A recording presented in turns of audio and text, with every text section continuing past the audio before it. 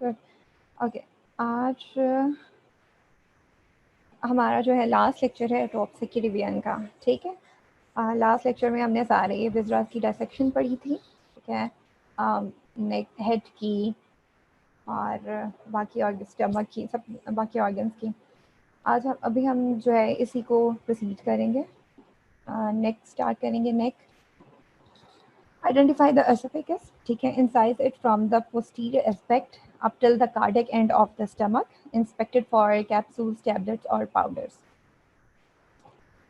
जाहिर सी बात है ऑटोप्सी कर रहे हैं हम नेक की, ठीक है, डेड पेशेंट की कर रहे हैं, ठीक है। एसोफेगस आइडेंटिफाई करके हमने इंसीन कहाँ पे देना है, पोस्टीरियर एस्पेक्ट, ठीक है, up till the cardiac end of the stomach, मतलब स्टमक के कार्डिक एंड तक हमने पहुंचना है। जब इंसीन जो है हमने स्टार्ट करके कार्डिक एंड ऑफ स्टमक तक हमने लेके जानी है, ठीक है। और हमने क्या क्या इंस्पेक्ट करना है, कैप्सूल्स देखने हैं, टैबलेट्स देखनी है और पाउडर्स जो है वो देखने हैं, ठीक है। Larynx, trachea and the bronchi are also cut from the posterior aspect. Larynx, trachea, bronchi को भी हम पोस्टीरियर एस्पेक्ट से कट करेंगे, ठीक है। चेक करेंगे कोई भी लेरिंग्स, ट्रेकिया में आपको पता है कोई फॉरेन बॉडी हो सकती है, ब्लड क्लॉट तो नहीं पड़ा है वहाँ पे, कोई लेरिंग्स, ट्रेकिया में म्यूकस तो नहीं है, ट्यूमर्स, इन्फ्लेमेशन, ये फॉरेन बॉडी, ब्लड, म्यूकस, ये हम नेचुरल डेथ को रूल आउट करने के लिए जो है वो चेक करेंगे, देखेंगे। सच बात है, अगर कोई ब्लड क्लॉट है लेरिंग्स, ट्रेकिया में या म्यूकस का क्लॉट इकट्ठा हुआ है, देन डिफिकल्टी इन ब्रीदिंग की वजह से भी डेथ हो सकती है। Thyroid is removed and examined, thyroid को भी हम रिमूव करेंगे, एग्जामिन करेंगे। कैरोटिड आर्टरीज आर एग्जामिन्ड, के कैरोटिड आर्टरीज को हम किससे एग्जामिन करेंगे, जैसे हमने हार्ट के लिए जो है वो चेक की थी, थ्रोम्बाई के लिए, ठीक है, specially at the बाइफिकेशन, carotid arteries जहाँ पे बाइफिकेट हो रही हैं वहाँ पे स्पेशली हम जो है ना थ्रोम्बाई देखेंगे, क्योंकि वो मेन साइट होती है थ्रोम्बोसिस की, ठीक है। लेटर उसके बाद फिर हम ये जितने भी ऑर्गन्स हैं जो हम इस वक्त डाइसेक्ट कर रहे हैं, ठीक है, वो ये नेक के स्ट्रक्चर्स हैं सारे, ठीक है। अब इसमें हाइड बोन भी आ जाती है, क्रिकोइड कार्टिलेज, थायराइड कार्टिलेज, ये सारे जो है ना हम एग्जामिन करेंगे, ठीक है। नेक्स्ट है जी abdomen. 5 centimeter above the symphysis pubis, the rectus muscles are divided and a small cut is made, ठीक है। अब एब्डोमेन में आपसे पूछा जा सकता है, क्वेश्चन एमसीक्यू में पूछा जा सकता है कि कितने सेंटीमीटर की हमने इंसिजन देनी है, ठीक है, कहाँ से स्टार्ट करनी है, ठीक है। 5 centimetre above the symphysis pubis, मतलब सिम्फिसिस प्यूबिस से 5 सेंटीमीटर अबव आपने रेक्टस मसल्स को जो है वो कट करना स्टार्ट करना है, ठीक है, वहाँ पे कट लगाना है आपने, ठीक है। मेन साइट ऑफ इंसिजन पूछी जा सकती है, ठीक है, क्या हो सकती है, 5 centimetre above the pubis, 5 centimetre below the pubis, ठीक है। रेक्टस मसल काटेंगे, रेक्टस शीट काटेंगे, कोई भी इस तरह का एमसीक्यू आपसे बना के पूछा जा सकता है। Middle and index fingers are then inserted and spread in a V shape, ठीक है। आपने बेसिकली क्योंकि यहाँ पे फेशिया शीट, ठीक है, रेक्टस मसल्स के साथ रेक्टस शीट भी अटैच होती है, तो आपने मिडल और इंडेक्स फिंगर से इंसर्ट करके उसको शीट को सेपरेट करना है, ठीक है, ताकि इसमें कोई कट ना लग जाए और जो है डेफिनेटली नेगेटिव फाइंडिंग्स ना आ जाए इसमें। Sharp bladed knife is inserted between them, ठीक है, शार्प ब्रेडेड नाइफ यूज करनी है आपने, ठीक है, आपने वहाँ पे नाइफ इंसर्ट करनी and the peritoneum is cut, फिर आप जो है ना पेरिटोनियम काटेंगे up to the xiphoid process. Peritoneum कहाँ तक काटनी है आपने, ज़ीफॉइड प्रोसेस तक आपने जो है ना वो इसकी कटिंग करनी है।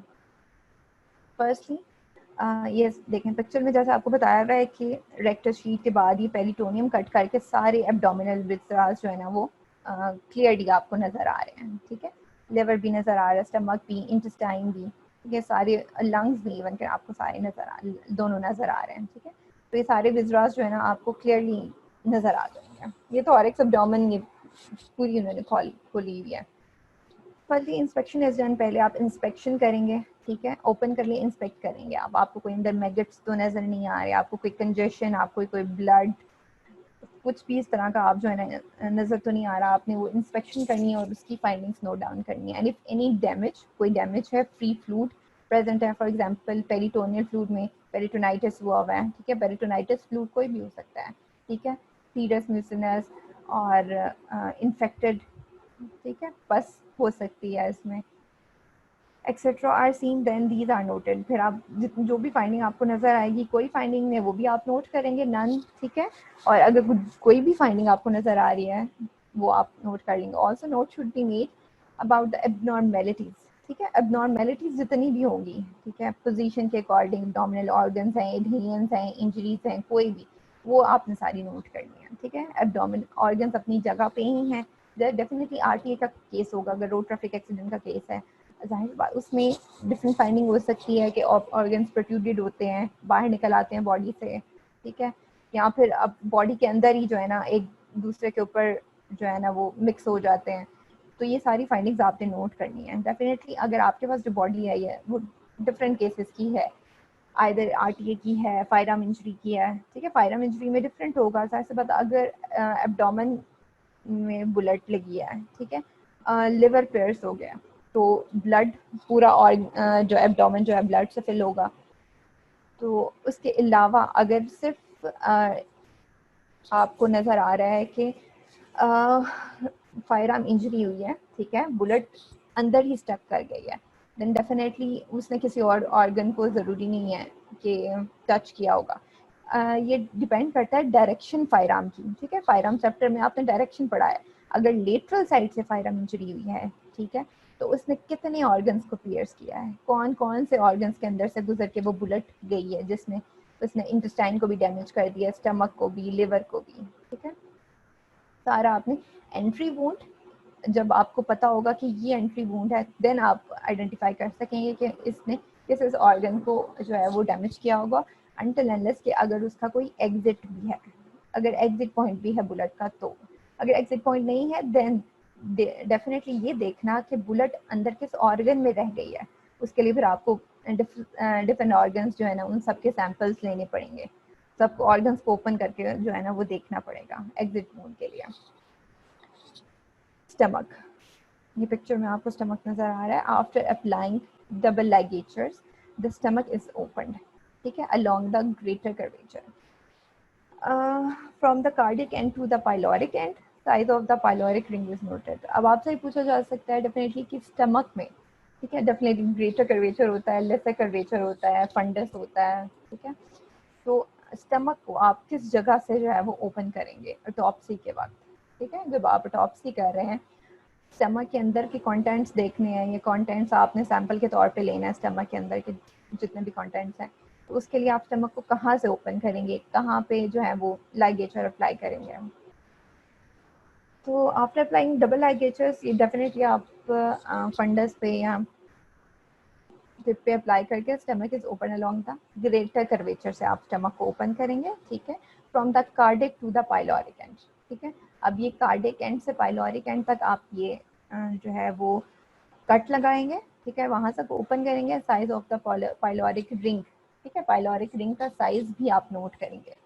पाइलोरिक रिंग का साइज क्यों नोट करते हैं, क्योंकि इसकी अपनी एबनॉर्मेलिटीज होती हैं। ठीक है, पाइलोरिक रिंग की अगर स्टिफ हो गया पाइलोरिक रिंग, ठीक है, रिलैक्स और कॉन्ट्रैक्ट नहीं कर सकता, उसकी वजह से भी जो है वो एक नेचुरल डेथ कॉज बन सकती है। ठीक है, और अगर इसकी बहुत ज़्यादा हाइपरट्रॉफी हुई है, इसकी कोई नेचुरल डिजीज़ है, ठीक है, बहुत श्रिंकेज हो गई है, बहुत स्मॉल ओपनिंग रह गई है इसकी, ठीक है, पाइलोरिक रिंग की, उसमें भी जो है ना डेफिनेटली स्टमक का साइज, स्टमक बहुत ज़्यादा स्वेल हुआ होगा। ठीक है, तो सारी ये फाइंडिंग्स आपने जो है ना एबनॉर्मेलिटीज़, अगर आपको कोई भी फाइंडिंग मिलती है तो वो आपने नोट करनी है। Contents are examined for any nature of food which might be present and its state of digestion, smell, colour, character, the presence of foreign bodies or any other suspicious matter। ठीक है, definitely सबसे important stomach और इसके contents होते हैं ये poisoning के case में। डेफिनेटली अगर किसी बंदे को जहर दिया गया है, ठीक है, उसका कलर, उसकी स्मेल, ठीक है, ये सारा कुछ नोट करने के लिए आप स्टमक को ओपन करेंगे। डेफिनेटली उस पॉइजनिंग के केस में स्टमक का अपना कलर भी इटसेल्फ भी चेंज हो जाएगा। ठीक है, लेकिन स्टमक के कंटेंट्स मेन, स्टमक ओपन करेंगे फौरन से आपके नाक में आपको स्मेल फील हो जाएगी, यार ये इस पॉइजनिंग की स्मेल है, ये पॉइजन दिया गया है डेफिनेटली इसको। डेफिनेटली कुछ पॉइजन कलरलेस होते हैं, टेस्टलेस होते हैं। ठीक है, उनका आप सैंपल लेके ही आप जो है ना वो टेस्ट करेंगे। जब तक आप पीएफएस से लैब में नहीं भेजेंगे तब तक आपको उसका जो रिजल्ट नहीं मिलेगा। उसके लिए जो है ना आपने ये सारा जितने भी स्टमक में कंटेंट है, डेफिनेटली बहुत ज़्यादा तो नहीं होता, जितना भी है वो आपने सारा प्रिजर्व कर लेना है। ठीक है, और ये सारी चीज़ें उसमें नोट करनी है। कोई फॉरेन बॉडी तो नहीं है, वो भी आपने नोट करनी है। Mucous membrane examined for congestion, haemorrhage, ulceration, any other abnormality. Definitely mucous membrane के कलर से ही, स्टमक का जो म्यूकस मेम्ब्रेन का कलर है उसी से आपको पता चल जाएगा कि अगर कलर चेंज है तो ये किस चीज़, किस केस में जो है ना ये सूट करेगा, एडजस्ट होगा, ठीक है। अगर हेमरेज है तो डेफिनेटली ब्लीडिंग जो है स्टमक से हुई है। अब वो किस वजह से ब्लीडिंग हुई है उसकी कॉज जो है वो रूल आउट करनी है, either it is natural cause और अननेचुरल कॉज, ठीक है। अल्सरेशन देखनी है आपने कि डेफिनेटली हो सकता है स्टमक अल्सरेशन जो है वो कॉमन है आजकल, तो स्टमक अल्सरेशन भी किस वजह से बनी है, ठीक है तो इन्फेक्टेड है तो किस, कौन सा इन्फेक्शन था, टू रूल आउट कि नेचुरल कॉज की वजह से बना है या फिर अल्सरेशन जो है वो पॉइजनिंग के बाद हुई है, ठीक है, पॉइजनिंग केस की वजह से बनी है। तो ये सारी फाइंडिंग्स जो है ना आपने ये स्टमक में नोट करनी होती है। नाउ इंटेस्टाइन, ठीक है, ये पिक्चर में आप देख रहे हैं इंटेस्टाइन, साथ में उसकी ओमेंटम लगी हुई है, ठीक है। Note the colour, consistency, adherence, hernia, haemorrhage, serosal surface etcetera. ये सब आपने चीज़ें जो है वो इंटेस्टाइन में नोट करनी होती हैं, ठीक है। Small intestine is open along it's line of mesenteric attachment, ठीक है। स्मॉल इंटेस्टाइन को आपने ओपन करना है। देखिए एक मेसेंटेरिक अटैचमेंट साइट होती है इंटेस्टाइन की और एक नॉन मेसेंटेरिक साइट अटैचमेंट होती है, ठीक है। अब आपने जहाँ मेसेंट्री अटैच है, ठीक है, इंटेस्टाइन का वो पार्ट लेना है, वो साइड कट करनी है, ठीक है, वहाँ पे इंसियन देना है जहाँ पे मेसेंट्री अटैच है। Large intestine is open along the interior taenia coli, ठीक है। अब ये दोनों में आपको डिफरेंस पता होना चाहिए, दोनों में से डेफिनेटली एमसीक्यू पूछा जा सकता है। स्मॉल इंटेस्टाइन कहाँ पे कट ओपन करने के लिए कहाँ पे कट लगाएंगे, लार्ज इंटेस्टाइन के लिए कहाँ करेंगे, ठीक है। देन सेम इसको भी आपने एग्जामिन करना है, वो इन्फ्लेमेशन, अल्सरेशन, कोरोइन, ये सब चीज़ों के लिए, ठीक है। मेगा कोलॉन भी डेफिनेटली आपको इंटेस्टाइन आपके सामने खुली पड़ी है, उसमें आपको मेगा कोलॉन भी जो है ना आइडेंटिफाई हो जाएंगे। Now come to liver. Liver के लिए आपने क्या है, either liver is removed by itself or attached to the stomach and duodenum, definitely अगर आपको सिर्फ लिवर चाहिए तो आप itself सेपरेटली इसको जो है ना रिमूव करेंगे, ठीक है। अगर लिवर के साथ साथ आपने स्टमक और ड्यूडिनम को भी सैंपल के तौर पे निकालना है, ठीक है, तो आप इन तीनों को इकट्ठे निकाल लेंगे, ठीक है। अगर ये डेफिनेटली सारे ऑर्गन्स जो है ना जुड़े होते हैं आपस में एक दूसरे से, तो आइदर लिवर आप अलहदा से निकाल लेंगे, यहाँ पे आप स्टमक और ड्यूटेरियम के साथ ही निकाल लेंगे इसको, ठीक है। अब definitely weight of the liver is very important, ठीक है। किस चीज़ के लिए, फैटी लिवर डायग्नोज हो जाता है इससे, ठीक है। उसमें क्या होगा कि लिवर का साइज बढ़ा हुआ होगा और श्रिंकेज ऑफ लिवर चेक हो जाएगी उसकी, ठीक है। श्रिंकेज ऑफ लिवर किस केस में हो जाती है, ठीक है, अगर नेक्रोसिस हुई है लिवर की, ठीक है, हेपेटाइटिस था पेशेंट को, ठीक है, उस इन सारे केसेस में लिवर श्रिंक हो जाता है। इसलिए जो वेट, साइज, कंसिस्टेंसी, ठीक है, कोई भी पैथोलॉजी एक तो आपको इंस्पेक्शन से भी नजर आ जाएगी, जब आप रिमूव करेंगे, ठीक है, तब आपको पता चल जाएगा कोई पैल्पेबल लोब, ठीक है, लोब में कोई फर्दर कोई स्वेलिंग तो नहीं आपको नजर आ रही, हार्ड लंप तो नहीं फील हो रहा, ठीक है। ये सारी फाइंडिंग्स जो है ना वो आप नोट करेंगे। It is cut along the long axis into the 2 centimetre thick slices, ठीक है। अब ये भी आपको जो है वो एक एमसीक्यूज के लिए पता चल गया। लॉन्ग एक्सिस के तौर पे आपने लिवर को कट करना है, ठीक है, और 2 सेंटीमीटर थिक स्लाइस होना चाहिए, at least 1 slice is 2 centimetre thick, ठीक है। ये लंग के सैंपल, लंग की जब सैम्पलिंग करनी है आपने तो ये चीज़ें नोट करनी है, ध्यान रखने से इसका कि लॉन्ग एक्सिस में कट होना चाहिए liver and 2 centimetre thick slice होना चाहिए, बिकॉज 2 सेंटीमीटर से कम, 1 सेंटीमीटर थिक स्लाइस भी होगा तो फाइंडिंग अब इजीली उतनी अच्छी हिस्टोपैथोलॉजी नहीं हो सकती इस लिवर के सैंपल की, ठीक है। नाउ कम टू स्प्लीन, ठीक है, ये पिक्चर में आपको स्प्लीन नजर आ रहा है, ठीक है, ये अलग से आप रिमूव करते हैं, ठीक है। It is remove by itself, size, weight, consistency, capsule condition, rupture injuries और एनी पैथोलॉजी जो है वो आप नोट करेंगे, ठीक है। This is also sectioned along its long axis and the character of, definitely आप इसके पेरेंकाइमा, ठीक है, म्यूकोजा ओपन करेंगे तो आप इसके अंदर ये सारा अंदर की फाइंडिंग्स नोट करेंगे। Now pancreas. Along the long axis cuts are made at right angles, ठीक है। इसमें भी आप long axis में कट करेंगे, ठीक है, और right angle में बनाएंगे। ठीक है। पेंक्रियास में ज़्यादा से ज़्यादा फैट नेक्रोसिस हो सकती है, ठीक है, जो फाइंडिंग आपको नेचुरल मिलेगी। नाउ किडनीज, ये पिक्चर में आपको किडनीज नजर आ रहे हैं, ठीक है। Size and weight are noted, ठीक है। साइज सबसे पहले आप देखेंगे किडनीज को, किडनीज में सबसे पहले आप इंस्पेक्शन करने से ही आपको बहुत सी फाइंडिंग मिल जाएगी। फॉर एग्जांपल पीसीओस, ठीक है, पीसीओस कह रही हूँ, पॉलीसिस्टिक किडनी डिजीज जो है, ठीक है। पॉलिसिस जो है अगर किडनी डिजीज है, ठीक है, वो भी दो तरह की होती है, आपको आइडिया होगा, ठीक है।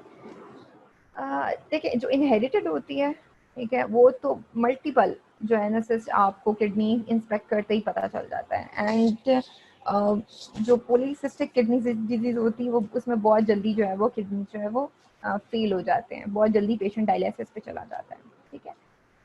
बाकी अगर किडनी फेल हो चुका है, पेशेंट का हिस्ट्री थी किडनी फेल की, उसकी डायलिसिस चल रहे थे, उसमें ऑलरेडी किडनी का जो है वो आ, इस तरह की हालत नहीं होगी कि आप उसका सैंपल जो है ना इजीली ले सकें, ठीक है।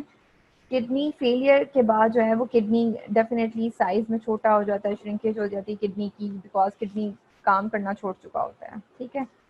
नेक्रोसिस होना शुरू हो जाती है, एट्रोफी होना शुरू हो जाती है किडनी की, ठीक है। किडनीज में आप क्या करते हैं, कैप्सूल्स और एक्साइज कैप्सूल जो है ना वो काटते हैं, एग्जामिन करते हैं केयरफुली। किडनीज भी जो है ना वो सेक्शन कैसे करते हैं, longitudinally the convex border of the hilum so that it splits into half and opens the pelvis, ठीक है।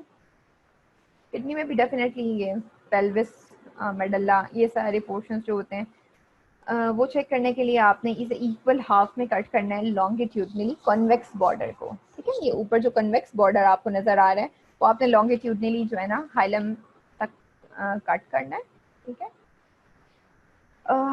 Convex border of the hilum, hilum का जो कन्वेक्स बॉर्डर है वहां से आप इक्वली लॉन्गिट्यूडनली से कट करेंगे तो वो इक्वली हाफ टू हाफ में डिवाइड हो जाएगा। फिर आपने उसमें देखना है डेफिनेटली किडनी स्टोन्स के लिए आपने एग्जामिन करना है, पेल्विस में, यूरेटर में, हाइलम में कहाँ पे है, कोई स्टोन तो नहीं है, कैल्कुलाई, inflammation, ureter is cut into and examine, ureter को भी आप कट करेंगे और एग्जामिन करेंगे, ठीक है। नो ब्लैडर, ये किडनीज के साथ ये ब्लैडर आपको पिक्चर में नजर आ रहा है, ureter. NCN is made from the fundus and carried to the urethra, ठीक है। NCN आप फंडस से स्टार्ट करेंगे ब्लैडर के और यूरेथ्रा तक लेके जाएंगे, ठीक है। वॉल कंडीशन देखे आएंगे आप, ठीक है। Amount and character of urine is noted, ठीक है। अगर ब्लैडर में कोई यूरिन है, ठीक है, आप उसको सैंपल के तौर पे कलेक्ट कर लेंगे, अमाउंट उसकी देखेंगे, ठीक है, उसकी कंडीशन, कलर देखेंगे, उसका स्मेल, ठीक है, और फिर उसे जो है ना हम सैम्पलिंग के तौर पे भेजेंगे। बाकी ब्लैडर में आप कहाँ से इंसिजन देते हैं, फंडस से लेके यूरेथ्रा तक का इंसिजन देते हैं। नाउ मेल ऑर्गन्स आ जाते हैं, प्रोस्टेट एंड टेस्टिस, ठीक है। इसमें क्या करेंगे आप, एनलार्जमेंट देखेंगे सबसे पहले, ठीक है। एग्जामिन करेंगे दो चीज़ों के लिए, कोई एनलार्जमेंट तो नहीं है, अब नॉर्मल एनलार्जमेंट देखेंगे आप, और मेलिग्नेंसिस के लिए आप देखेंगे, मेलिग्नेंसी में डेफिनेटली उसका कलर चेंज होगा, हाइपरट्रॉफिड होगा वो, ठीक है। इसमें टॉर्शन भी हुई हो सकती है, ठीक है। वर्टिकल क्रॉस सेक्शंस जो है ना आप बनाएंगे, इसके are made through the lateral and median lobe, ठीक है। प्रोस्टेट के भी आपको पता है कि लोब्स होते हैं, ठीक है। जो लेटरल और मीडियन लोब है उसमें आप वर्टिकल जो है वो क्रॉस सेक्शंस बनाएंगे, and the prostate is split open for examination. उसके बाद जब क्रॉस सेक्शन बनाने के बाद आप उसे ओपन करेंगे और फिर एग्जामिन करेंगे इंटरनल फाइंडिंग्स नोट करने के लिए। अब डेफिनेटली सबसे इम्पॉर्टेंट इसमें इंग्वाइनल हर्निया होता है, ठीक है। इंग्वाइनल हर्निया आपको पता है कि एक फाइंडिंग, अब नॉर्मल फाइंडिंग वो तो आप जो है बॉडी को ही ओपन करेंगे, बॉडी ओपन करके जो आपको इंग्वाइनल हर्निया नजर आ जाएगा। Inguinal canal is excised from the peritoneal aspect, ठीक है। पेरिटोनियल एस्पेक्ट से आप इंग्वाइनल कैनाल को इंसाइज करेंगे and the loop of the vas deferens is pulled to free it from the internal inguinal ring, ठीक है। अब आप जब इंसाइज कर लिया आप इंग्वाइनल कैनाल को, तो फिर आप वास डेफरेंस की जो लूप होती है आप उसे सेपरेट कर देंगे, फुल फ्री कर देंगे, ठीक है। क्योंकि ये अटैच हुई होती है इंटरनल इंग्वाइनल रिंग से। Testis is pushed with one hand and pulled out of the scrotum easily by the other, ठीक है। आप टेस्टिस को पुश करेंगे, स्क्रॉटम को जो है आप पुल आउट कर लेंगे, दीज आर कट, इन सब में आप फिर लॉन्गिट्यूडनली कट कर लगाएंगे, ठीक है। और चेक करेंगे कोई भी क्लॉटेड ब्लड है inside the scrotum and in the testis, ठीक है। स्क्रॉटम में, टेस्टिस में, इन सब में आप जो है ना वो ब्लड कलेक्ट तो नहीं हुआ, कलेक्शन ऑफ ब्लड है, ठीक है, कोई भी पस भी हो सकती है, ठीक है, इन्फेक्टेड है अगर, तो जितनी भी abnormal फाइंडिंग्स हैं वो आप सारी नोट करिए। Now female genitalia, vagina and the uterus are cut either anteriorly or posteriorly up to the fundus, ठीक है। डेफिनेटली ये सारे ऑर्गन्स जो है आप तब ही एग्जामिन करेंगे अनटिल अनलेस कोई इसकी इंडिकेशन है। Otherwise male and female genitalia की आप कोई इंस्पेक्शन नहीं, कोई एग्जामिनेशन, कोई सैम्पलिंग इस तरह नहीं करते अनटिल अनलेस कोई अगर इंडिकेशन है तो। फॉर एग्जांपल डेफिनेटली अगर पेल्विस में कोई थायराइड इंजरी हो गई है, ठीक है, और आरटीए का केस है, उसने सारे पेल्विक ऑर्गन्स को डिस्टॉर्ट कर दिया है, ठीक है, उस केस में हम ये इंडिकेशन बनती है कि आप मेल एंड फीमेल जेनिटेलिया को एग्जामिन करें, सारे ऑर्गन्स को कट करके उनकी सैम्पलिंग लेके, ठीक है। सैम्पलिंग एग्जामिन डेफिनेटली आपने ब्लड कलेक्शन के लिए, ठीक है, कोई डैमेज के लिए, इन सब के लिए जो है ना आपने ये फाइंडिंग्स नोट करनी है। वजाइना एंड यूट्रस को उन्होंने कहा है कि फंडस तक एंटीरियरली या पोस्टीरियरली, इनमें दोनों में से कोई एक है, आगे कट लगाना है या पीछे कट लगाना है, ठीक है। 2 शॉर्ट इंसिजन्स देनी है आपने are made at the fundus, fundus पे भी आपने जो है 2 शॉर्ट इंसिजन्स देनी है from the main incision towards each cornu so as to expose the endometrium, ठीक है। एंडोमेट्रियम को एक्सपोज करने के लिए आपने दोनों कॉर्नर तक जो है ना वो मेन इंसिजन को एक्सटेंड करना है। ओवरीज आर सेक्शन, ओवरीज को आपने लॉन्गिट्यूडिनली कट करना है, ठीक है, एंड फेलोपियन ट्यूब्स को और ओवरीज को आपने लॉन्गिट्यूडिनली कट करना है, ठीक है। यूट्रस को भी डेफिनेटली आपने कोई भी एबनॉर्मल फाइंडिंग्स हैं, ठीक है, फाइब्रो एडिनोमास हैं, ठीक है, और मायोमेट्रियम को कुछ है, ठीक है, जितने भी ये एबनॉर्मल फाइंडिंग्स हैं, एंडोमेट्रियोसिस होती है, ठीक है, फाइब्रोएडिनोमास होते हैं, ये लम्प्स होते हैं, पॉलिप्स हैं, जितने भी एबनॉर्मल फाइंडिंग्स हैं ये सारी आपने यूट्रस में, सर्विक्स में, वजाइना में, ये सारी जो है ना आपने नोट करनी है। अब आपने ये सारा जितने भी टोटल बॉडी ऑर्गन्स हैं आपने सब एग्जामिन कर लिए हैं, आपने सब सैम्पलिंग कर ली, उसके बाद क्या करना है आपने, body cavities should be clean, जितनी भी बॉडी कैविटीज हैं उनको आपने इजी कम्प्लीटली वॉश करना है, ठीक है, and made free from blood fluid, उसमें जितना भी डेफिनेटली आपने ऑर्गन्स निकाले हैं, ठीक है, ऑर्गन्स निकालने की वजह से भी अंदर जितना भी क्लॉटेड ब्लड है वो एक्यूमुलेट हो जाता है, वो इकट्ठा हो जाता है, रह जाता है। आप उसे उसी तरह तो नहीं ना पैक करके बॉडी को स्टिच करके तो आप बरी कर देंगे, ऐसे नहीं होगा, ठीक है। बॉडी कैविटीज को आपने वॉश करना है, ठीक है, क्लीन करना है, ठीक है, और उससे ब्लड फ्लूड कोई भी जो भी चीज़ है उससे आपने फ्री कर देना है। ऑर्गन्स को पैक करना है, organs are placed back in, ठीक है, ऑर्गन्स को वापस रखना है। डेफिनेटली आपने लिवर लॉन्गिट्यूडनली कट करके उसके 2-3 स्लाइस जितने भी आपको सैंपल के तौर पे चाहिए वो आपने लिए और लिवर को वापस अपनी जगह पे बॉडी में रख दिया, ठीक है। And excess space is packed with cotton और क्लॉथ, ठीक है। पहली बात है हम ऑटोप्सी कर रहे हैं, ऑटोप्सी करते वक्त जब आपने पूरी बॉडी ओपन की हुई है, पूरी बॉडी खुली हुई है आपके सामने, ठीक है, आपने जो जो ऑर्गन निकाला है, हार्ट लिया है, हार्ट में आपने कैरोटिड आर्टरी का चाहे सैंपल लिया है, आपने एट्रियम का सैंपल लिया है, वेंट्रिकल का सैंपल लिया है, जिक का भी सैंपल लिया है, बाकी आपने जब हार्ट वापस रखा, आधा हार्ट है, बाकी जो हार्ट हाफ हार्ट है, ठीक है, वो स्पेस आपने किससे, कॉटन से फिल कर दी, रुई से आपने, या किसी भी कोई क्लॉथ, रफ कपड़ा है, ठीक है, क्लॉथ्स हैं आपके पास, आपने उससे फिल कर दिया। लंग लिया, लंग हाफ लंग ले लिया, हाफ लंग का जो पैक जगह है, ठीक है, वो आपने कॉटन से सील कर दी, ठीक है, पैक कर दिया उसे।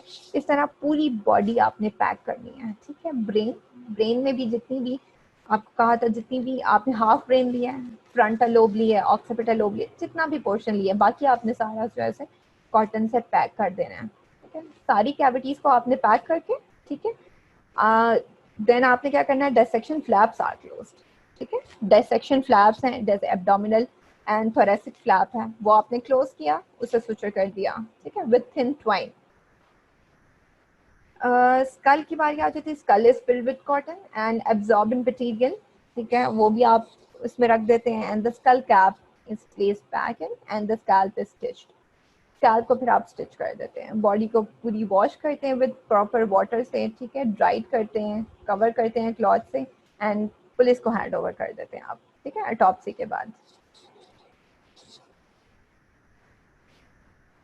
नाउ यहाँ तक हमने जो ऑटोप्सी का जो पड़ा, ठीक है, जितनी भी आपने बॉडी ओपन की, सैम्पलिंग की, बॉडी को दोबारा आपने रीस्टिच कर दिया, अब देन उसके बाद ये नहीं होगा कि आपने जब कंप्लीट करने के बाद, ठीक है, जब आप ऑटोप्सी कर रहे होते हैं उस वक्त एक पुलिस ऑफिसर, ठीक है, एक या दो जितने भी रिक्वायरमेंट होती है, पुलिस ऑफिसर जो है ना आप बाहर बैठे होते हैं, ठीक है।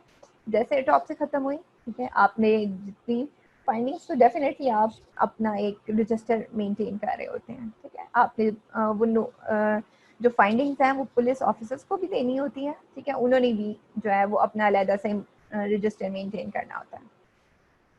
और उसके बाद स्टिच करने के बाद बॉडी भी आपने पुलिस ऑफिसर्स को हैंड ओवर कर देनी होती है। डेफिनेटली ये डिपेंड करता है कि आइदर वो नाउन बॉडी है, आइदर अननाउन बॉडी है। अगर नाउन बॉडी है तो डेफिनेटली आप उसके रिलेटिव्स को हैंड ओवर कर देते हैं, ठीक है, ऑटोप्सी के बाद। अगर अननाउन डेड बॉडी है तो वो पुलिस ऑफिसर्स को हैंड ओवर कर देते हैं। अब देन पुलिस ऑफिसर्स का काम होता है कि वो उसे गवर्नमेंट की दी हुई जगह जैसे शहर खामोशा है, ठीक है, वहाँ पे जाके वो पुलिस ऑफिसर जो हैंड ओवर कर देते हैं डेड बॉडी को, और वहाँ पे फिर उसे दफना दिया जाता है। लेकिन जो नाउन बॉडी होती है, ठीक है, वो आप उसको रिलेटिव्स को दे देते हैं। रिलेटिव्स फिर जो है वो ऑटोप्सी बॉडी को जाके डेफिनेटली दफना देते हैं। जो आपने सैम्पलिंग की है, सैंपल्स फिर आप डेफिनेटली उसे पैक करके, सील करके, लेबल करके उसके सारी वो फिर आप PFSA में भेज देते हैं। उसकी फाइंडिंग्स आप नोट कर लेते हैं अनटिल अनलेस जब तक कि कोई रिपोर्ट नहीं आ जाती। PFSA एटलीस्ट टेक्स 1 और 1.5 मंथ, ठीक है, 1 से 1.5 महीना लेती है ये रिपोर्ट टोटल जो जितनी भी सैम्पलिंग गई है उसकी रिपोर्ट बनाने में, उसका रिजल्ट भेजने में। तो जब तक ये रिजल्ट नहीं आ जाता, ये रजिस्टर जो है वो उसकी ये ऑटोप्सी कंप्लीट नहीं होती। ऑटोप्सी कंप्लीट जो रिटन ऑटोप्सी है वो तब कंप्लीट होती है जब उसका रिपोर्ट आ जाती है, फाइनल डिसाइड हो जाता है कि either it is homicidal, suicidal, accidental, जो भी केस है, ठीक है, वो आपने मेंशन करना होता है अपनी रिपोर्ट में। ओके ना, फर्स्ट सेक्टर में हम जो है ना वो ये सारे ऑटोप्सी हैजर्ड्स जो है वो कंटिन्यू कर रहे थे, ठीक है। फिर हमारे ये 2-4 चीज़ें रह गई रिवाइज करने वाली, बाकी मैक्सिमम हमने जो है ना वो रिवाइज कर लिया है, ठीक है। ऑटोप्सी हैजर्ड्स रह गए। ऑटोप्सी हैजर्ड्स में मैंने आपको बताया था कि इसका एक प्रॉपर टेबल बना हुआ है, ठीक है, NRA में इसका टेबल बना हुआ है। Mechanical, biological, chemical, electrical, radiological hazards होते हैं, ठीक है। मैकेनिकल हैजर्ड्स में हमने कहा था इंजरीज होती है लिम्स को, ठीक है, fracture of the lower limbs by fall on the wet slippery floor. Hands को इंजरीज कैसे हो सकती हैं? Cut by the sharp instruments during dissection करते हुए शार्प इंस्ट्रूमेंट से कट लग गया है, नीडल प्रिक हो गई है डेड बॉडी को क्लोज करते हुए।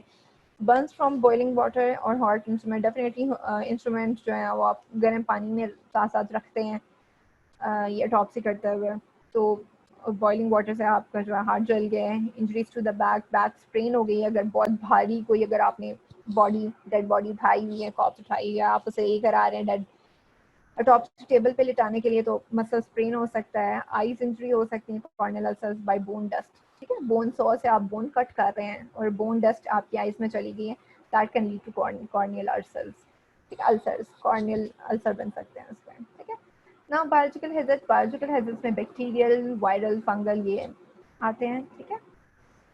बैक्टीरियल इन्फेक्शंस में कौन सा हो सकता है? From septicaemic and पायमिक dead body, कि अगर जो डेड बॉडी आप ऑटोप्सी जिसकी कर रहे हैं वो ऑलरेडी इन्फेक्टेड थी, ठीक है, डेड बॉडी में आइदर विजरास में इन्फेक्शन था, कोई सिवियर बैक्टीरियल इन्फेक्शन था, ठीक है, आइदर ब्लड, ठीक है, उसके ब्लड में इन्फेक्शन था, then it can lead to septicaemia, तो सेप्टिसिमिक डेड बॉडी थी, ठीक है। From purulent fluids in the cavities, for example peritoneal cavity में, थोरेसिक कैविटी में, जितनी भी कैविटीज हैं, ब्रेन कैविटी में जितनी भी कैविटीज हैं उनमें अगर पस, ठीक है, पसी फ्लूइड है, ठीक है, एब्सेस हो सकती है, ठीक है, फ्रॉम पस फ्रॉम ऑर्गन्स और विजरास हैं, फ्रॉम स्पेसिफिक इन्फेक्शन जैसे टाइफाइड, पैराटाइफाइड है, ट्यूबरक्लोसिस है, लेप्रेसी है, एंथ्रेक्स है, ठीक है। इन इन्फेक्टेड पेशेंट्स की अगर आप जो है वो ऑटोप्सी कर रहे हैं तो इससे जो है ना इन्फेक्शन आप में ट्रांसफर हो सकता है, ठीक है।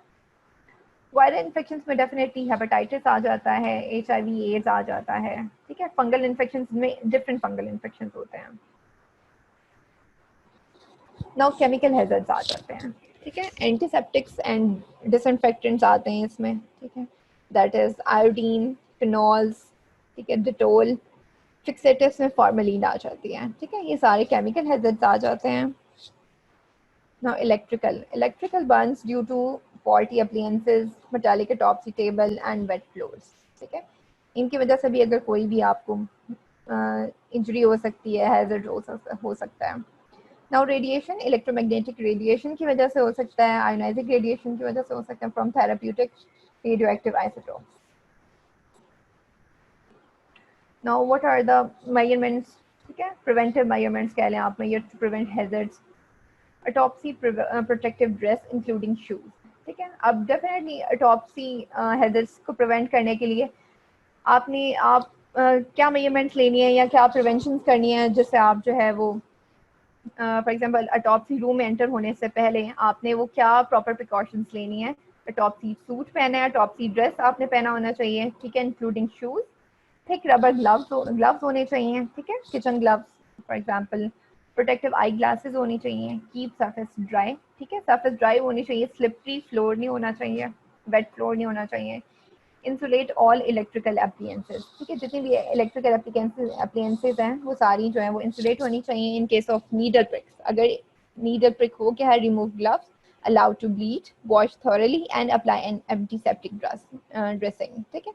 अब इन केस ऑफ कि अगर नीडल प्रिक हो गया है, ठीक है, उस केस में आप क्या करेंगे, फौरन से आपने जो ग्लव्स पहने हैं वो आप रिमूव कर लेंगे, आइदर सिंगल हैं, डबल ग्लव्स पहने आपने, ट्रिपल ग्लव्स पहने हैं, जितने भी वो सारे आप रिमूव करेंगे। जहाँ से ब्लीडिंग हो रही है वहाँ से आप ज़्यादा कोशिश करेंगे ब्लीड हो, ठीक है, उसे आप थॉरली वॉश करेंगे वाटर से, ठीक है, और वहाँ पे आप एंटीसेप्टिक ड्रेसिंग लगा देंगे, ठीक है। Get all the workers vaccinated against infectious diseases, ठीक है, जितने भी ऑथराइज्ड जो मेडिकल ऑफिसर्स होते हैं, ठीक है, जो टेक्नीशियंस होते हैं, हेल्पर्स होते हैं, उन सब की जो है वो एटलीस्ट वैक्सीनेशन ज़रूर होनी चाहिए इन्फेक्शियस डिजीज़ के लिए। जो इन्फेक्शियस डिजीजेस, उन इन्फेक्शियस डिजीज के लिए जो कि आपको पता हो कि एक ऑटोप्सी कर रहे हैं बॉडी की आप, ठीक है, तो एक डेड बॉडी में कौन कौन से ऐसे इन्फेक्शन हो सकते हैं जो कि ट्रांसमिटेड जो है वो इन्फेक्टेड ट्रांसमिट कर सकते हैं, ठीक है, ट्रांसमिट कर सकते हैं इन्फेक्शन।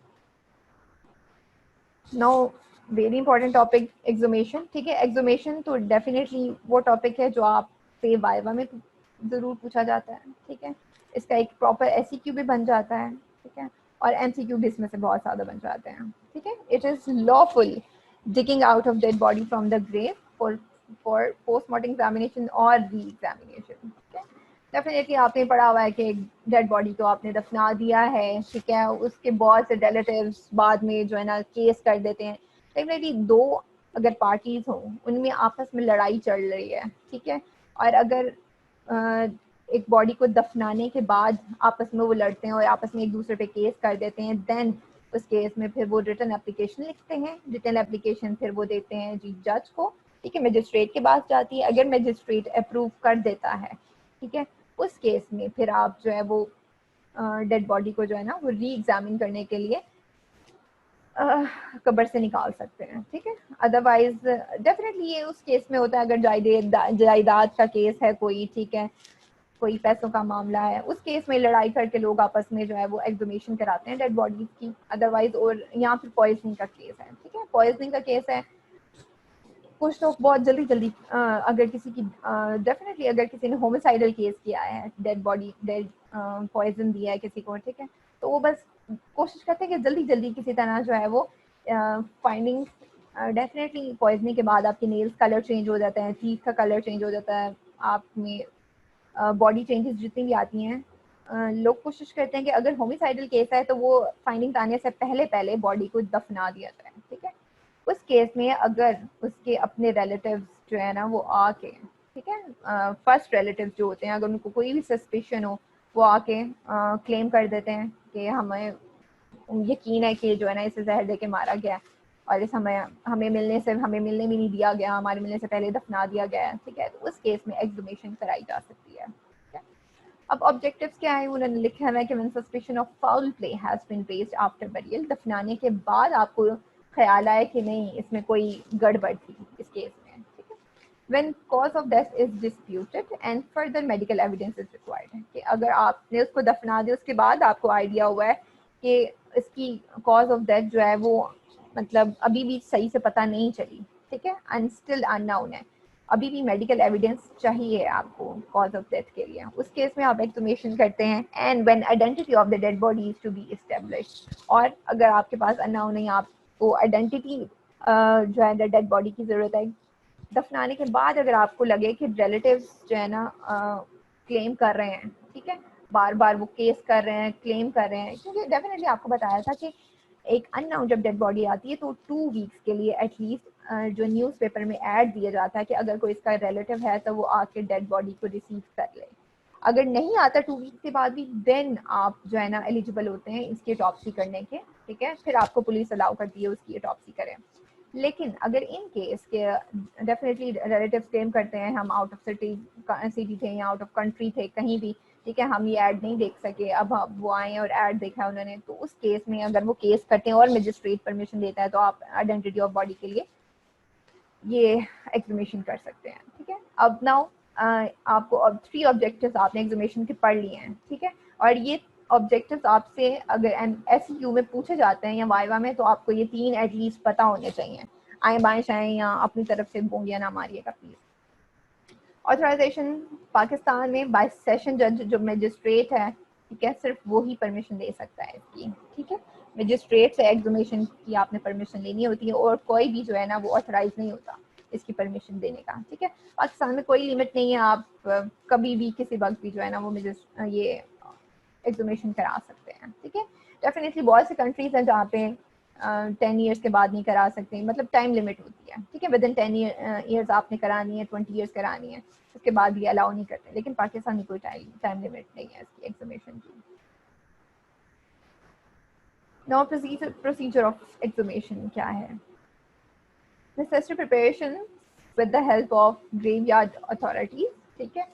डेफिनेटली आप पहले प्रिपरेशंस करते हैं, मजिस्ट्रेट की प्रेजेंस में ये सारा कुछ होता है, एक्सहूमेशन होती है, ठीक है। लेकिन आपने डेफिनेटली जहाँ पे आपने जो कब्रिस्तान है, ग्रेवयार्ड है, ठीक है, वहाँ पे भी आपने प्रिपरेशंस करनी होती हैं, ठीक है। वहाँ टेंट लगाने होते हैं, वहाँ ऐसी प्रिकॉशंस करनी होती है कि आम जो पब्लिक है, ठीक है, वो वहाँ पर ना आ सके, ठीक है। आम पब्लिक के लिए जो है ना वो जगह को आप सील कर देते हैं फिलहाल थोड़ी देर के लिए। आइडेंटिफिकेशन ऑफ द ग्रेव, ठीक है, सबसे उसके बाद से मेन इंपॉर्टेंट चीज़ है कि आपने जो कब्र है उसको आइडेंटिफाई करना है, ठीक है।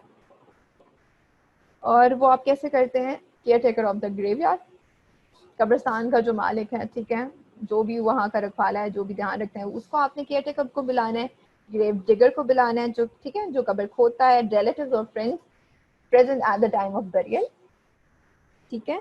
और removal of the dead body from the grave, ठीक है, पहले आइडेंटिफिकेशन हो गई, ठीक है, फिर कब्र, डेफिनेटली जो आइडेंटिफिकेशन है वो ग्रेव की, ठीक है, और ग्रेव डिगिंग एटलीस्ट उस वक्त 1 या 2 रिलेटिव्स प्रेजेंट होने चाहिए, ठीक है। पुलिस ऑफिसर होना चाहिए, मेडिकल ऑफिसर होना चाहिए जो ऑथराइज्ड होता है, जिसने फाइंडिंग्स नोट करनी है या फिर बॉडी को उठा के जो है ना वापस मॉर्चरी तक लेके जाना होता है, ठीक है।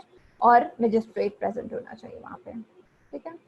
आइडेंटिफिकेशन हो गई, कब्र आइडेंटिफाई हो गई कि ये है, फिर उसको खोदा जाता है, बॉडी को वहाँ से रिमूव किया जाता है, ठीक है। कलेक्शन सैंपल कहाँ कहाँ से लेना है अब आपने, ठीक है। अब now sampling of exhumation very important, ठीक है। सैम्पलिंग इस लिहाज से इंपॉर्टेंट है क्योंकि आपने सिर्फ एक चीज़ की सैम्पलिंग नहीं लेनी, ठीक है, जो मट्टी की आपने सैम्पलिंग लेनी होती है, ठीक है। Collection of the samples of the earth in cases of suspected poisoning from, ठीक है। डेफिनेटली पॉइजनिंग के स्पेशली केस में आप जो सैम्पलिंग है वो कहाँ कहाँ से लेते हैं? अबव द डेड बॉडी, ठीक है, जो डेड बॉडी के ऊपर जो मट्टी गिरी होती है वहाँ से आपने थोड़ी सी ली। बिलो द डेड बॉडी, जब आपने डेड बॉडी उठाई कब्र से, ठीक है, जो नीचे वहाँ पे अर्थ है का पोर्शन है, ठीक है, मट्टी का पोर्शन है, वहाँ से आपने ली। On the sides of the body, body के साइड से लेंगे। And control sample from the distant place, ठीक है। कंट्रोल सैंपल मतलब जो कब्र है वहाँ से थोड़े से डिस्टेंस पे, ठीक है, वहाँ से डिस्टेंट प्लेस से आपने जो ले लेना है मट्टी का सैंपल, उसको कंपेयर करने के लिए, ठीक है, उनकी फाइंडिंग्स को, क्या अगर क्या आप दोनों को चेक करते हैं, दोनों पे टेस्ट करते हैं तो दोनों की फाइंडिंग सेम है, या फिर आपको कोई पॉइजनिंग सस्पिशियस है या पॉइजनिंग का कोई केस है तो वो आप इजीली आइडेंटिफाई कर लेंगे, ठीक है। अब इसमें से देख लें कि आपके ये एक प्रॉपर क्वेश्चन है, प्रोसीजर ऑफ एक्सहूमेशन में आपको कभी समझ नहीं आ रही होती आपने क्या लिखना है, कहाँ से स्टार्ट करना है, ठीक है। तो ये एटलीस्ट आपके पॉइंट्स बता दिए, इसीलिए पॉइंट्स बताएं कि आपने ये पॉइंट वाइज जो है ना वो अपने एसईक्यू के क्वेश्चन में लिखना होता है। आप जो अभी आजकल जितने भी स्टूडेंट्स ऑनलाइन टेस्ट दे रहे हैं ना, जो जो आप करते हैं ना, वो सब पता चल रहा होता है कि क्या क्या किसने किसने मारा हुआ है, कहाँ कहाँ से किसने कॉपी पेस्ट किया हुआ है, जो है ना ये आपकी सब हरकतें पता चल रही होती हैं। जो जो कौन कौन से स्टूडेंट कितने पानी में, या भाई आप एक दफा क्लासेस स्टार्ट होने दें फिर आपको पता चलेगा ये। या अभी आप लोग पता नहीं सीरियसली पढ़ नहीं रहे या सीरियस ले नहीं रहे अपनी पढ़ाई को, या अभी जब प्रॉफ की डेट शीट या प्रॉफ सर पे आ जाएगा ना फिर आपको पता चलेगा। Now, autopsy examination. No difference in the procedure of autopsy between a fresh body and body buried in a grave. ठीक है, नो डिफरेंस द प्रोसीजर। अब उन्होंने कहा है कि कोई डिफरेंस नहीं होती है in the procedure of autopsy, ठीक है, between a fresh body and a body buried in a grave. ठीक है, सारे प्रोसीजर स्टेप्स जो हैं वो ऑलमोस्ट सेम होते हैं, कोई डिफरेंस नहीं होता है। इनमें आइडेंटिफिकेशन करनी होती है आपने, एक्सटर्नल एग्जामिनेशन करना होता है, इंटरनल एग्जामिनेशन करना होता है, special attention to any bone injury. ठीक है, collection of viscera for chemical examination, ठीक है, if not available, shapeless homogeneous mass of different organs in abdominal and thoracic cavities, उस केसेस में hair nail teeth skin if present.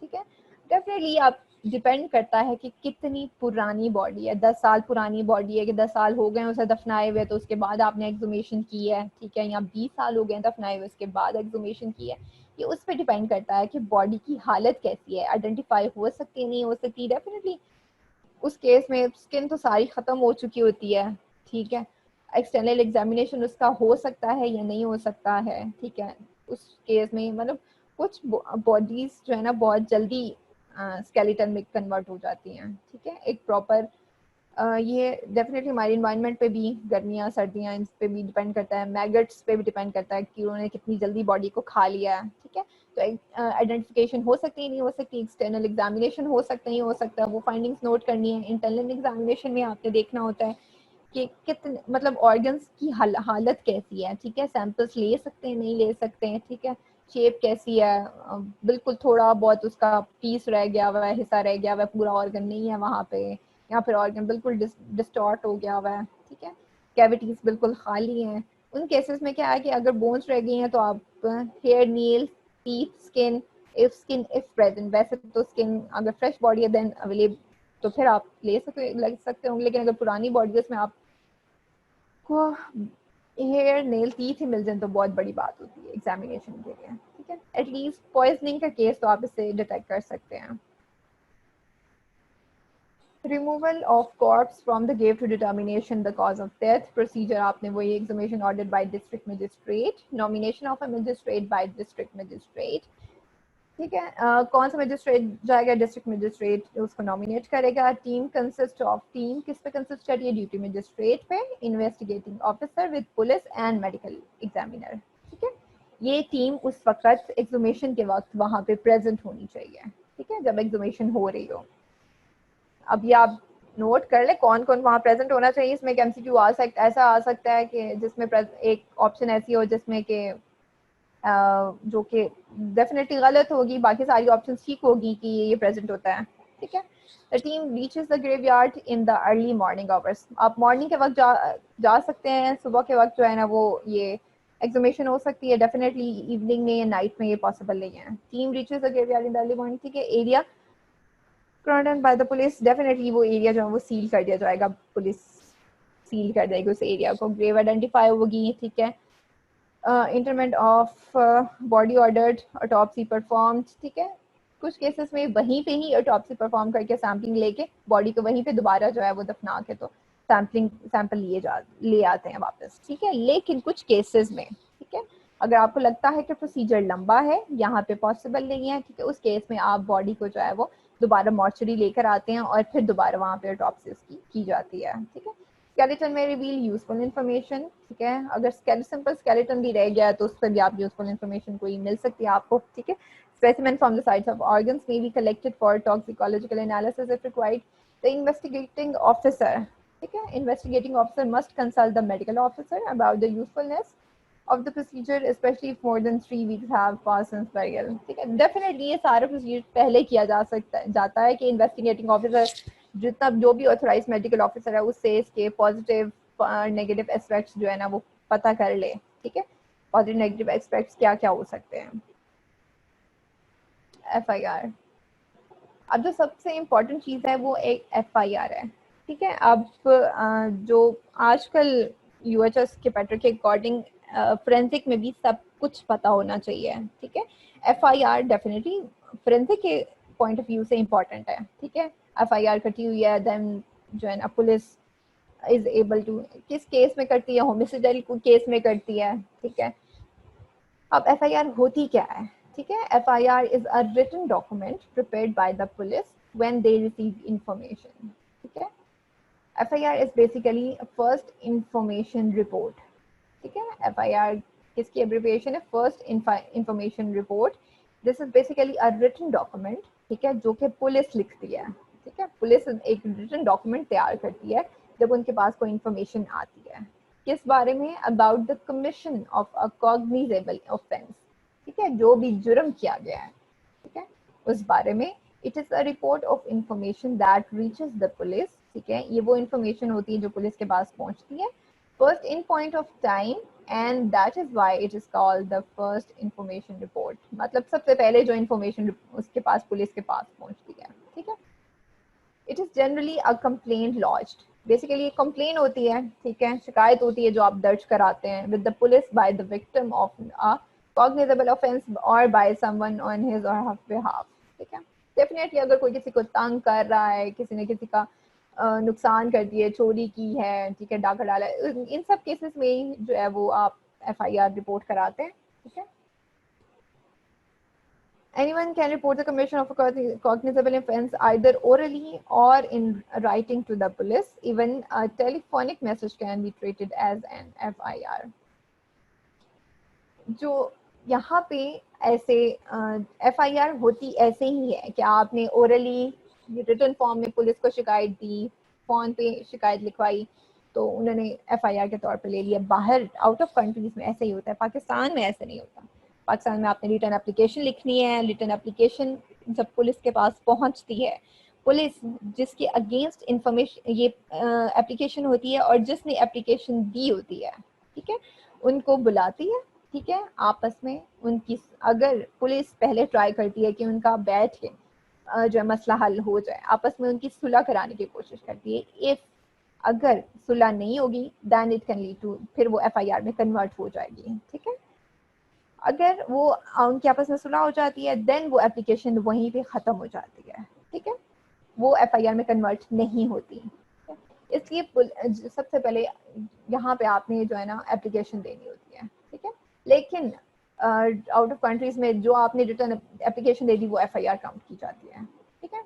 Cognizable offense is one in which the police may arrest a person without warrant, ठीक है। अब FIR में क्या होता है कि अगर आपने डेफिनेटली कोई जुर्म किया है, FIR कट गई है, ठीक है, उस केस में पुलिस ने अरेस्ट करना ही करना है, ठीक है, आइदर उसके बाद वारंट है नहीं है, ठीक है, विदाउट वारंट भी पुलिस जो है वो अरेस्ट कर लेगी। They are authorised to start investigation, ठीक है।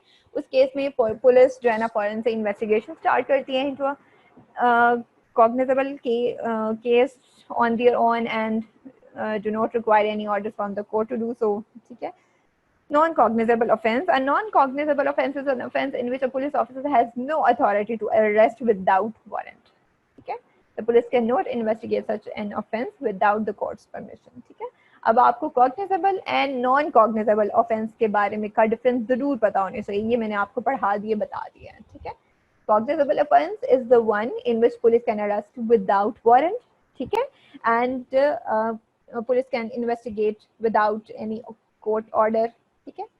And in non-cognizable offense, no, police has no authority to arrest, ठीक है, विदाउट वारंट, और कोई उस पर इन्वेस्टिगेशन स्टार्ट नहीं हो सकती विदाउट कोर्ट की परमिशन के बगैर। मीन्स कि नॉन कॉग्निजेबल ऑफेंस में कोर्ट जो है वो इसमें मेन रोल प्ले करती है, ठीक है, जबकि कॉग्निजेबल ऑफेंस में कोर्ट का कोई रोल नहीं होता, ठीक है। आप विदाउट कोर्ट की परमिशन के सारे जो है ना वो इन्वेस्टिगेशन भी करते हैं और अरेस्ट भी करते हैं, ठीक है। And FIR is a very important document as it sets the process of criminal justice in the motion, क्योंकि क्रिमिनल जस्टिस जो है वो फौरन से हरकत में आ जाती है, ठीक है। पुलिस अगर हरकत में आ गई है, ठीक है, एक डॉक्यूमेंट से, ठीक है, तो वो एफआईआर होती है। It is only after the FIR is registered in the police station that the police takes up the investigation of the case who can launch an FIR. अब एफआईआर कौन कटवा सकता है? Anyone who knows about the commission of a cognizable offence can file an FIR. मतलब कोई भी आम बंदा भी जो है एफआईआर कटवा सकता है, मतलब जो जानता है, ठीक है, जिसे पता है now about the commission of a cognizable offense, ठीक है। It is not necessary that only the victim of the crime should file an FIR, ठीक है। A police officer who comes to know about a cognizable offense can file an FIR himself or herself। मतलब जरूरी है जिसने देखा है crime होते हुए वो ही एफआईआर कराए। पुलिस ऑफिसर अगर उसने खुद से भी देखा है, अपनी आंखों से भी ये ऑफेंस होते देखा है, तो आप जो है वो खुद भी एफआईआर काट सकता है, ठीक है। Police may not investigate a complaint even if you file up an FIR when, किस केस में अगर एफआईआर काटी जाए तो पुलिस इन्वेस्टिगेट नहीं कर सकती। The case is not serious in nature, अगर केस सीरियस नेचर का नहीं है, मतलब जैसे एक ने दूसरे का मजाक उड़ाया, लड़ाई हुई है, हल्की फुल्की से लड़ाई हुई है और एफआईआर काटने आ गए हैं, ठीक है। The police feels that there is not enough ground to investigate, मतलब बहुत ज़्यादा ज़रूरत नहीं इन्वेस्टिगेशन करने की, इसमें एफआईआर नहीं काट सकता। However, the police must record the reasons for not conducting an investigation and in the later case must also inform you। Section 157 criminal procedure, ठीक है। अब ये क्वेश्चन भी बहुत इंपॉर्टेंट है कि किस केस में एफआईआर अगर कटे तो पुलिस इन्वेस्टिगेशन नहीं करेगी, ठीक है। तो आपको बताना चाहिए अगर सीरियस केस नेचर का केस नहीं है, ठीक है, पुलिस को पता है कि ये मतलब आम सड़ाई है, इसमें कोई इन्वेस्टिगेशन नहीं करनी पड़ेगी ज़्यादा, उस केस में भी आप जो है ना वो एफआईआर नहीं काट सकते। इस केस में आप रीज़न ज़रूर लिखते हैं, ठीक है, कि आपने किस वजह से जो है ना वो एफआईआर नहीं काटी, ठीक है, क्या रीज़न थी, आपने कैसे सुलह कराई उनकी, ठीक है। तो रीज़न ज़रूर आपने लिखनी होती है ताकि बाद में आपको जो है ना हेल्पफुल आपके लिए रहे, ठीक है। Okay, procedure of filing an FIR is prescribed in section 154 of the Criminal Procedure Code 1973. When information about the commission of a cognizable offense is given orally, the police must write it down. It is your right as a person giving information or making a complaint to demand that the information recorded by the police is read over to you. Okay? Once the information has been recorded by the police, it must be signed by the person giving the information. Definitely जो लेके गया है FIR, ठीक है, जिसने FIR कटवाई है उसका भी नाम नोट होगा, उसका भी, उसके बारे में भी सारी डिटेल इंफॉर्मेशन जो है ना पुलिस रिकॉर्ड करती है, क्योंकि जब उस केस की इन्वेस्टिगेशन होती है तो सबसे पहले जो उस केस की एफआईआर फाइल कराता है उसी को इन्वेस्टिगेशन में, उसी से इन्वेस्टिगेशन स्टार्ट की जाती है, ठीक है। फिर आगे उससे स्टार्ट करके उससे सारी इन्फॉर्मेशन लेके फिर आगे जो है ना ये इन्वेस्टिगेशन का प्रोसीजर चलता है सारा, ठीक है। You should sign the report only after verifying that the information recorded by the police as per the detail given by you। आप डेफिनेटली आपने एक एफआईआर लिखवाई है, ठीक है, एक रिपोर्ट लिखवाई है, आप उस पर साइन, डेफिनेटली आप कभी भी किसी चीज़ पे साइन नहीं करते जब तक आप उसे पढ़े ना, ठीक है। तो इसी तरह पुलिस में भी एफआईआर में भी ऐसे होता है कि आप सबसे पहले वो पढ़ेंगे और उसके बाद साइन करेंगे। डेफिनेटली पाकिस्तान है, पाकिस्तान में एफआईआर या एक चीज़ इधर से उधर करने में कितना टाइम लगता है, ठीक है, रिश्वत लेके कोई कुछ भी काम इधर से उधर हो जाता है। इसलिए जो है वो आप वेरीफाई करते हैं इन्फॉर्मेशन को जितनी भी आपने पुलिस को दी है और पुलिस ने नोट किया है, ठीक है, साइन करने से पहले। पुलिस पीपल के हु कैन नॉट रीड और right must put the left thumb impression on the document. Definitely उस केस में आप जो है वो थंब लगाते हैं अगर आपको साइन करने नहीं आते हैं, after being satisfied that it is correct recorded, ठीक है। Always ask for a copy of the FIR if the police do not give it you, it is your right to get it free of cost, ठीक है। Definitely अगर आपको police उसकी copy नहीं दे रही then you should in doubt, आप उसी वक्त डाउट में आ जाने चाहिए कि कोई गड़बड़ है, ठीक है, क्योंकि एफआईआर की कॉपी राइट होता है, जो भी कंप्लेंट फाइल कराता है एफआईआर की कॉपी उसके पास होनी चाहिए कि मैंने ये लिखवाया था, मैंने ये पढ़ा था और उस वक्त उस पर फिर साइन किए थे। क्योंकि ये हो सकता है जो आपने लिखवाया हो, ठीक है, आपके पास और हो और बाद में उन्होंने चेंज करके उसमें कुछ और ऐड कर दिया हो, ठीक है, then you should have proof कि मैंने ये लिखाया था और मैंने इस पे साइन किए थे, आई हैव कॉपी, ठीक है, इसलिए कॉपी आपको दी जाती है। FIR में क्या मेंशन किया जाता है, your address, what should you mention in the FIR, your name, address, date, time and location of the incident you are reporting, ठीक है। आपने जो रिपोर्ट इंसिडेंट करा रहे हैं उस दिन की डेट लिखनी है, टाइम लिखना है, लोकेशन कहाँ पे ये वाकया हुआ था, ठीक है, the true facts of the incident as they occurred. वहाँ डेफिनेटली जैसे कहते हैं कि सही शहादत देनी होती है, सब सच बताना होता है, जो जो आपने वहाँ देखा या जो जो वहाँ पे हुआ, names and description of the person involve in the incident, और जो जो लोग वहाँ पे इन्वॉल्व थे, ठीक है, उनकी सारी आपने डिटेल जो है ना वो FIR में लिखवानी होती है। Since you should not do, never file a false complaint or give wrong information to the police. You can be prosecuted under the law for giving wrong information or misleading the police, ठीक है। Definitely अगर आप FIR कटवा रहे हैं तो FIR कटवाना एक डेफिनेट पुलिस को, आप लॉ को इन्वॉल्व कर रहे हैं, ठीक है। अगर आप गलत कंप्लेंट फाइल कराएंगे तो उसका आपको चार्ज किया जाएगा, ठीक है, यू कैन बी प्रोसिक्यूटेड, ठीक है। उसकी मिसलीड करने के लिए, पुलिस को गलत इन्फॉर्मेशन देने के लिए सेक्शन 203 में, ठीक है, पीनल कोड 1860 के अकॉर्डिंग, नेवर एक्सजरेट और डिस्टॉर्ट फैक्ट्स, कभी भी हकीकत को टेढ़ा मेढ़ा ना करें, ठीक है, उसे छुपाएं ना, ठीक है, गलत बयानी ना करें। नेवर मेक वेग और अनक्लियर स्टेटमेंट, जब तक आपको क्लियर स्टेटमेंट ना हो आप कभी भी जो है ना वो स्टेटमेंट बयान ना करें। बिल्कुल जो है ना वो क्लियर स्टेटमेंट जो है हमेशा FIR में लिखनी चाहिए, ठीक है। और पुलिस के सामने बयान करिए, पुलिस के सामने आप आयमाइशाएं करेंगे तो सबसे पहले आपको ही पकड़ती है, आपको ही इन्वॉल्व करती है केस में, ठीक है। What can you do if your FIR is not registered? You can meet the superintendent of the police or other high officers like Deputy Inspector General of Police Officer, ठीक है, police and bring your complaint to their notice, ठीक है। You can send your complaint in writing and by post. Superintendent of the police concerned, if the superintendent of police is satisfied with the complaint, he should either investigate the case himself or order investigation to be made। जाहिर बात है आप senior police officers को जो है वो involve करते हैं अगर आपकी कंप्लेन जो है वो नहीं लिखी जा रही या मानी जा रही, ठीक है। उस केस में आपने किसको करना है जी, deputy inspector general police officer को, ठीक है, इंस्पेक्टर जनरल को। ये सारा हमने FIR के अबाउट पढ़ा, ठीक है। FIR के अबाउट एटलीस्ट आपको डॉक्यूमेंट का ज़रूर पता होना चाहिए, cognizable offence, non cognizable offence का पता होना चाहिए, किस केस में जो है वो इन्वेस्टिगेशन नहीं हो सकती FIR की, वो पता होनी चाहिए, ठीक है। और FIR का एटलीस्ट ये पोर्शन आपको ज़रूर पता होना चाहिए कि रिटन डॉक्यूमेंट है जो कि पुलिस तैयार करती है जब उसको कोई इन्फॉर्मेशन दी जाती है और कॉग्निजेबल ऑफेंस पे तैयार की जाती है ये, ठीक है। और आज ऑटोप्सी की रिवीजन कंप्लीट करा दिया, टॉपिक कंप्लीट हो गया। काइंडली प्लीज़ इसे ज़रूर पढ़ लीजिएगा, ठीक है, और सीरियस होके पढ़ें, जितने भी टेस्ट आपके हो रही हैं वो सीरियस होके दें, ठीक है। क्योंकि किसी कभी भी आपका सेशन हो सकता है, एग्ज़ाम्स आपके हो सकते हैं, ठीक है। अब ये मत समझे आपके एग्ज़ाम्स पोस्टपोन होने हैं या क्या होने हैं, आपके एग्ज़ाम्स होने हैं, ठीक है। कोई क्वेश्चन तो नहीं किसी का, कोई मसला, क्योंकि आपका टॉपिक कंप्लीट हो गया है ऑटोप्सी का एग्जामिनेशन।